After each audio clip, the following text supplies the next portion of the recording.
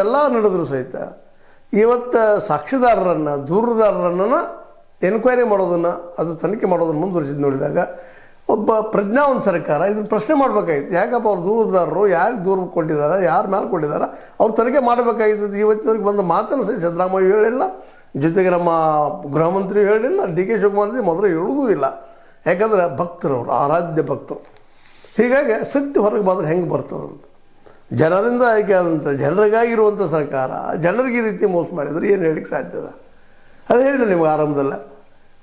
ಇನ್ನುಳಿದ ಎಲ್ಲ ದೇವಸ್ಥಾನಗಳಲ್ಲಿ ಆಗಲಾರ ಸಾವು ಇಲ್ಲೇ ಯಾಕೆ ಹೆಚ್ಚಾಗ್ತಾ ಇದ್ದಾವೆ ಅನ್ನುವಂಥದ್ದು ಈ ದಿಶೆಯಲ್ಲಿ ಇವತ್ತು ನಾವು ಪ್ರಶ್ನೆ ಮಾಡಬೇಕಾಗಿದೆ ಎಲ್ಲರಿಗೂ. ಯಾಕಂದ್ರೆ ಇದು ಬಹಳ ಮಹತ್ವವಾದ ಪ್ರಶ್ನೆ. ಮತ್ತು ಇದು ಇನ್ನೊಂದು ಮಹತ್ವದ ಪ್ರಶ್ನೆ ಅಂತಂದ್ರೆ ದೂರುದಾರರು ಅಪರಾಧಿ ಆಗುವಂಥದ್ದು ಅಂತೇಳಿ. ಹೋಗಿ ಬಿಡಪ್ಪ, ಅವರ ಅಪರಾಧಿಗಳಿದ್ದಾರೆ, ಅವರ ಕೊಲೆ ಮಾಡ್ತಾ ಇದ್ದಾರೆ ಅಂದ್ರೆ ಅದು ಮಾಡಲಿಕ್ಕೆ ಸಾಧ್ಯ ಇಲ್ಲ ಇವರಿಗೆ.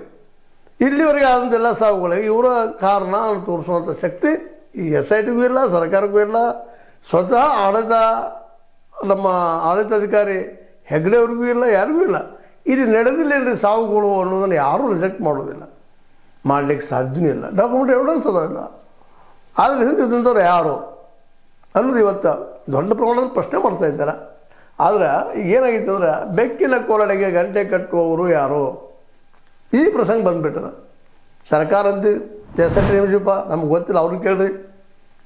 SIT ಅಂತಿ ಇಲ್ರಿ ಸುಳ್ಳು ಹೇಳ್ತಾ ಇದ್ದಾರೆ ರೀ ಅಂಥೇಳಿ ಸರ್ಕಾರದ ಪರ ಸರ್ಕಾರ ಹೇಳಿಬಿಟ್ಟದು. ಈಗಾಗಲೇ ಇಂಡೈರೆಕ್ಟಾಗಿ ಮುಚ್ಚಾಕಿ ಬಿಡಪ್ಪ ಅದು ಕೇಸುಗಳು ಅಂತೇಳಿ.